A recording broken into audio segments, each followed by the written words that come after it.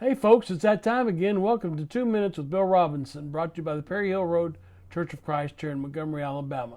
From Psalms 119, listen to these two great conclusions to two different stanzas. Through your precepts I get understanding, therefore I hate every false way. Verse 104. Therefore I consider all your precepts to be right. I hate every false way. Verse 128. What leads the writer to make those kind of conclusions? Well, listen to verse 94. Oh, how I love your law. Through your precepts I get understanding, therefore I hate every false way. And then in verse 121, I have done what is just and right to do. Therefore I consider all your precepts to be right. I hate every false way. What he's telling us is, since the law is the very expression of God's character and being, then when we love the law, we must love the lawgiver and hate everything that opposes the lawgiver.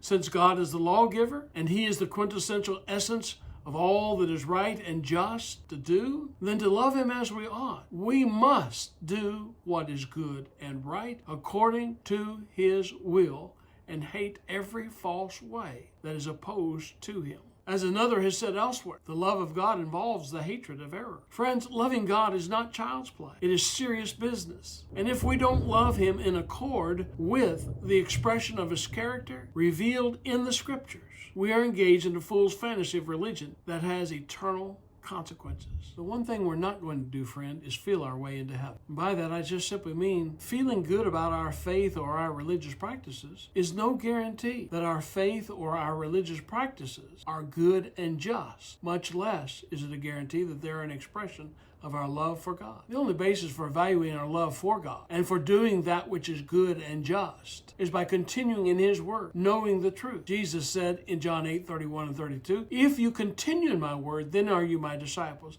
and you shall know the truth, and the truth shall set you free. How about you, friend?